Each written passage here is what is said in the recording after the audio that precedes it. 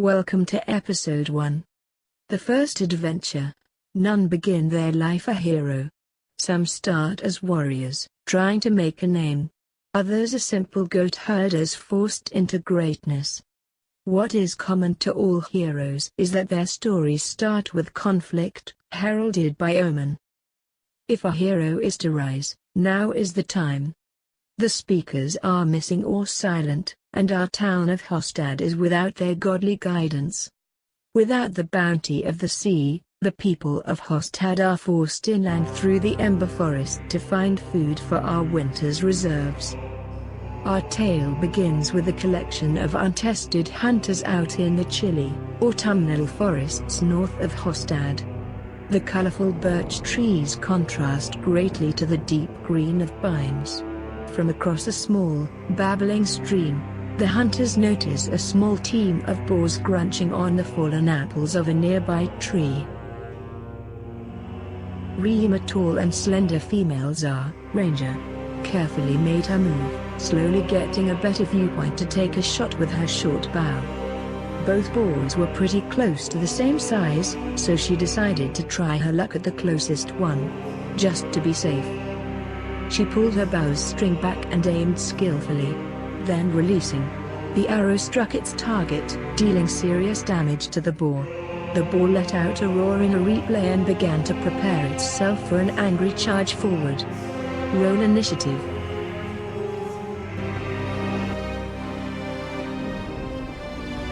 In great anger and with an arrow hanging from the bottom of its neck, the boar charged Reem.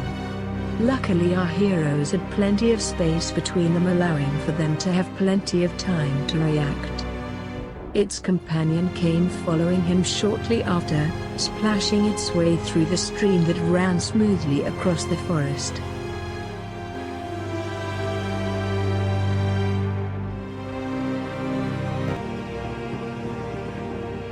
Stride Longsword.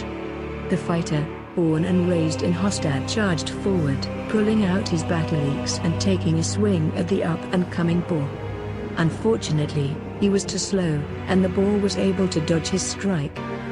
Reem saw Stride as the perfect distraction, so she quickly moved in on her target. Hoping for a kill shot this time, she aimed her bow once again, carefully taking another shot. Her arrow struck the boar's neck, piercing both sides. The boar let out a cry, then slowly stumbled to the forest floor. The silent speaker, Simon. He watched from a distance as he often did, calculating his next move. Hiding behind all the chaos, he took a leap forward. Though he had already planned this moment out in his head, he was nervous. He couldn't feel the presence of the gods here, not to mention the recent events of Hostad. He was hardly in shape to be out on this hunt. With the mumbling of a prayer, Simon cast Chill Touch. Strong magic he was famous for back home. Unfortunately, his cloudy head stood in his way once again, as his spell passed directly above the targeted boar, missing completely. In response, the boar took a wild dive at Stride. Luckily Stride's reflexes are as quick as his anger, so he was able to dodge the boar's strike. Stride answered with a shot as he was in mid-step backward. This shot also missed. Stride let out a groan in frustration. Reem ran from her safe location. It was time she had to make a move before her companion was hurt or worse. She stopped after about 15 feet and shot off an arrow. However, this was a rushed shot and fell a little to the right of the boar, missing. Simon had time to get his bearings together, so once more he took a shot at Chill Touch.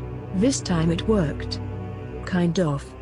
The spell glanced the side of the boar, ripping it open, though not doing anything too seriously other than causing blood to pour from the boar.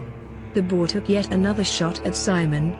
Confused from the rush of multiple attackers, its tusk fell short of its intended target. Stride let out a yell, followed by the thrust of his axe. The axe made a solid thud sound as it wrecked into the top of the boar's head.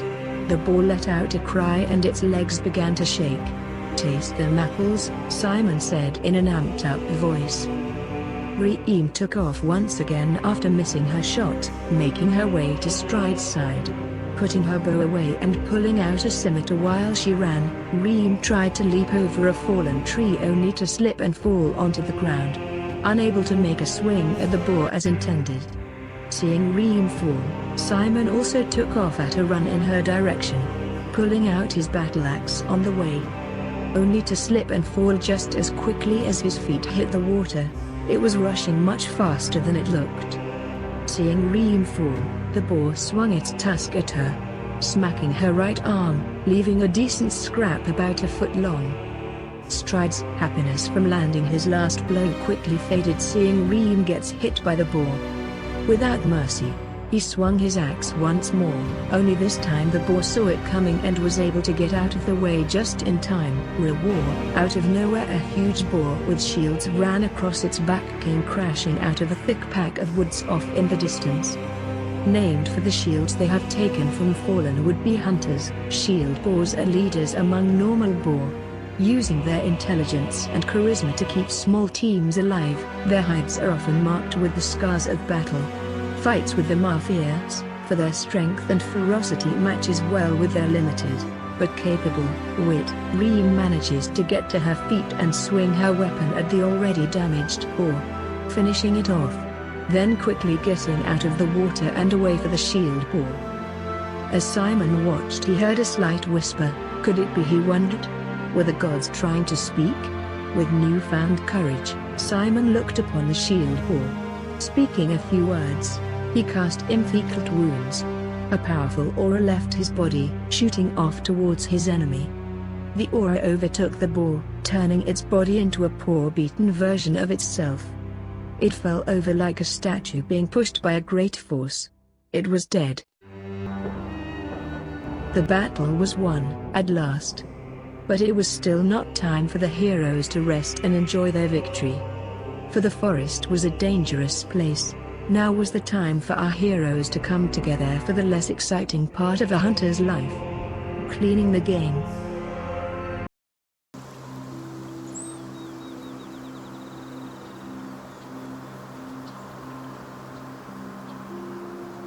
The small group heroes salvage what they could with smiles on their faces.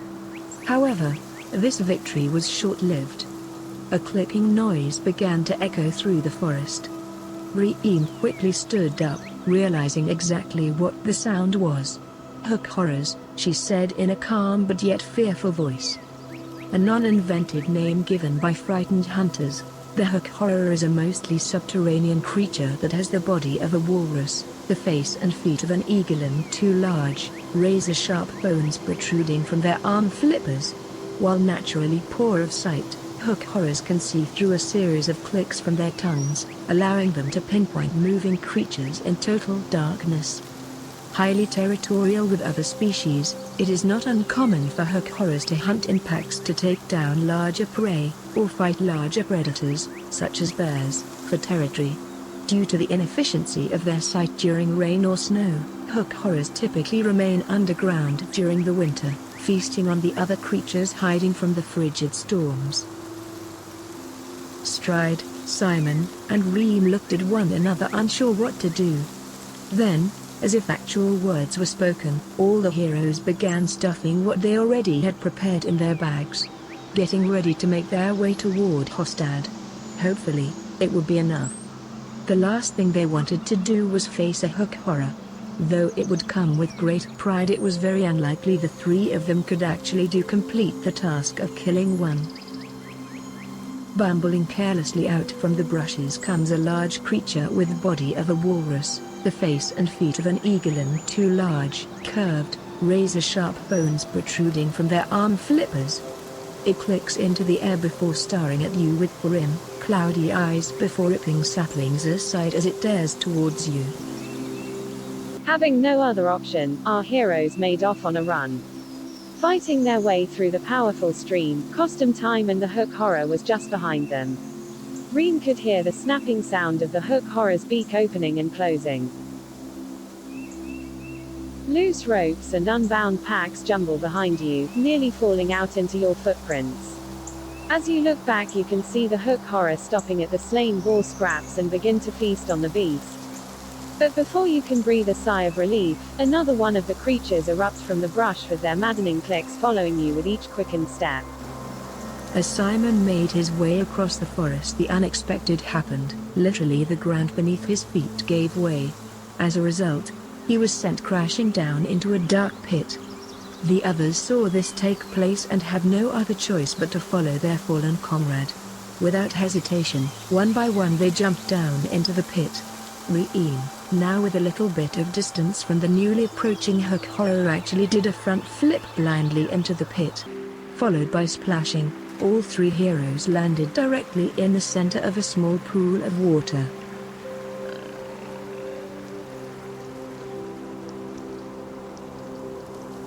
Inside the sinkhole, a pool of water reaches a foot high.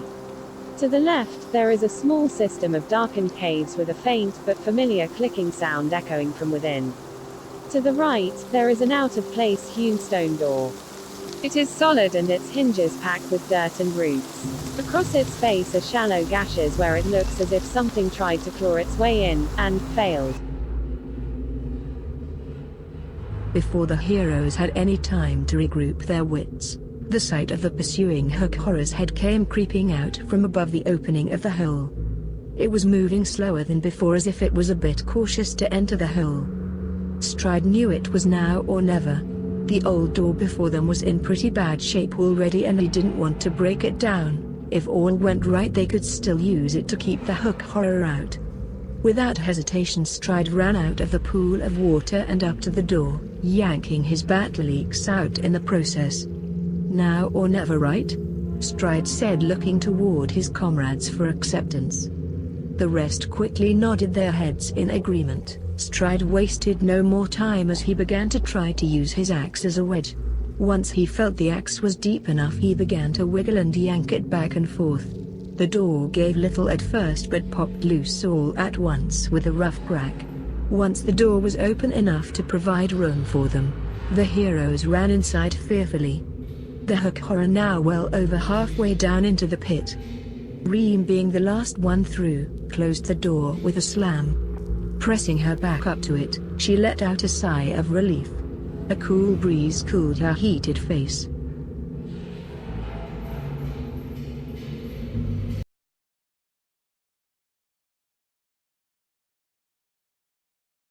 Through the flickering of torchlight and heaving of breaths, you can see an extending corridor. Its walls were once entirely stone-tiled, but earth and root have found their ways inside and discarded loose tiles to the floor. You're underground, you are certain, but the air doesn't feel as stagnant as you think it should be. In the distance, there is the sound of trickling water. Not far into the hallway is a small room to your left. Inside are the ashes of an old campfire, and the skeletal remains of a Norman warrior lie crumpled in the corner. In a combination of time and unusual geometry, this area appears to be the ruins of some lost construction. Its unusual shapes, unusable corridors and unstable archways all point at this being a lord's ruin. The tales say that these ruins were once a laboratory of the Lord in the earliest of eras as he attempted to understand and refine his own laws. Passing across your path is a small brook.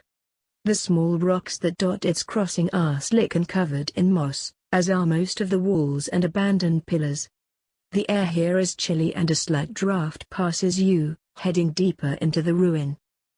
The passageways of the Lord's ruin seem almost purposefully misleading. There are staircases that curve so you fall off them, hallways that become smaller the further you walk down them, and one pathway that has no obvious end. After some time you arrive in a large room that looks as if it were once bowl-shaped, but the smooth upward curves have been chipped away to make small flat areas. The walls are covered in the same film of moss. The floor is covered with dust and there is the musk of a long-forgotten carcass. In the center of the room stands a small wooden platform that looks as if it would fall at any moment due to shoddy construction and mold. At its base grow many mushrooms. Walking close, neither of the heroes could recognize the mushrooms. But Reem decided it was best to collect a few of them, so she did. It wasn't easy to see, even with their torches. After circling around the illy stacked piler, The heroes entered into a narrow hall, with a wide-open door at its entrance. After about 20 feet the hall made a sharp corner.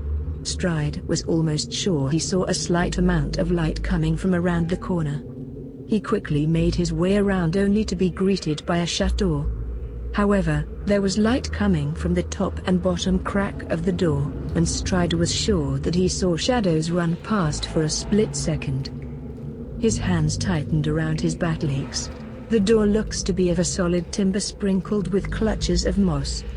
Its hinges and braces appear to be covered in rust, and light shines through the uneven gaps between the door and its frame. Stride reached out with one hand and began to beat on the door with anger. At first, nothing happened, but then suddenly and without warning the door slung open, revealing the home of several types of goblins, all standing dead still, eyeing our heroes up and down. One could not tell if it was fear or dinner on their mind. Dimly lit with candles made from animal fat, this large hall is filled with the additional smells of fetid waste and molding wood. In the first part of the room stand aging tables made with plank wood, and further into the room stands a statue to the fool, its superb craftsmanship indicating it was probably stolen from elsewhere in the ruin. At the far end of the room are what look to be beds of hay and the sounds of running water. Goblins. Artists of the fool. Goblins are much like fairies, except uglier, meaner and have a much more dirty job.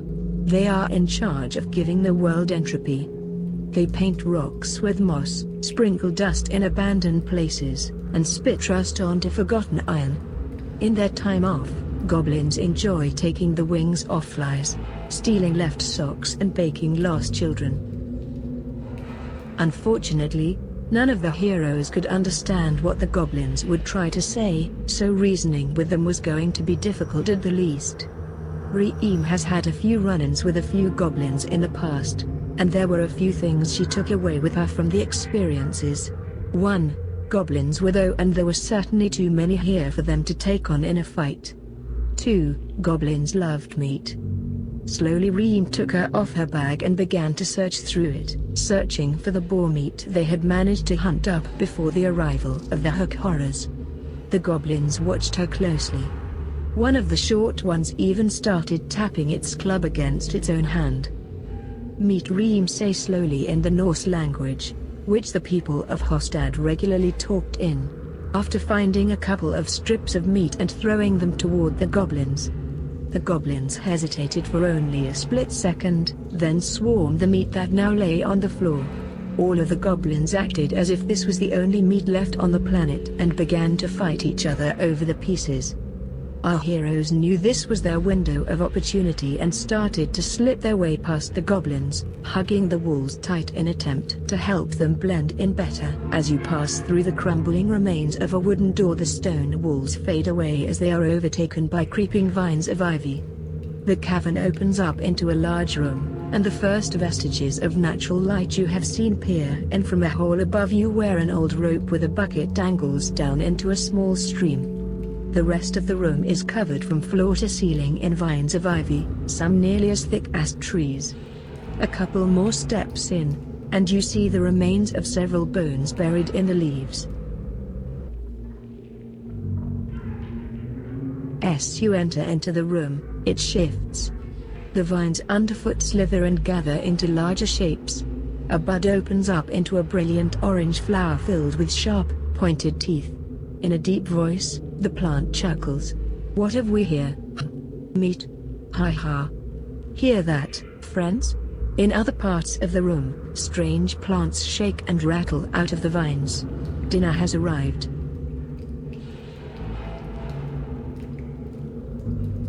To be continued.